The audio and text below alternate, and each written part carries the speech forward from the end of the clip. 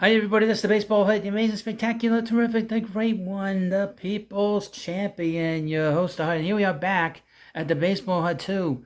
I hope you like this video. Let me know what you think about it. So, the San Diego Padres. That's the Padres again.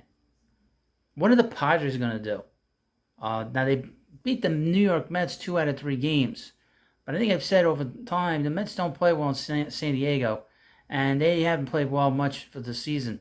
But the Padres are kind of very similar to the Mets. They played each other in the postseason last year.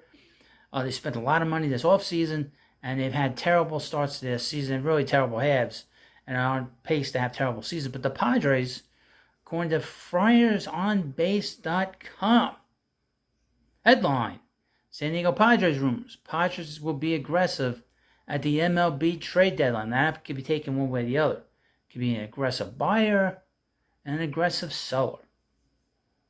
We'll see. One MLB insider believes the Padres will indeed be aggressive and buyers at the MLB Trade Deadline in a quest for a postseason spot. And it's written by it doesn't matter. According to USA Today's Bob Nightingale in this article, you can link on here, there's a link in there. Rival general managers are hearing that San Diego will be anything but a seller when the MLB Trade Deadline comes on August 1st. Nightingale writes in his column that 2 GMs were informed that the Padres instead plan to be aggressive at the trade deadline and possibly even be buyers.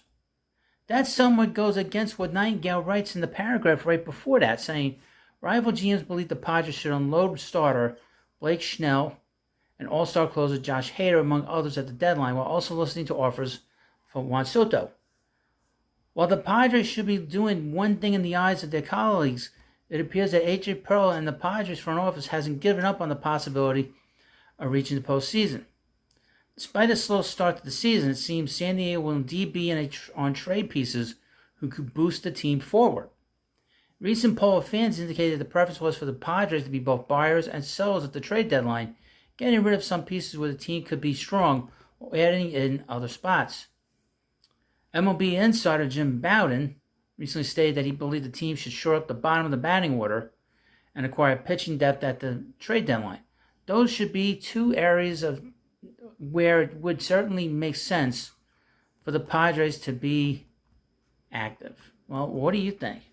What do you think? You leave comments in the comment section about what the Padres are going to do. The Padres, like I said, they spent a lot of money and they've gone basically running in place over the last half year.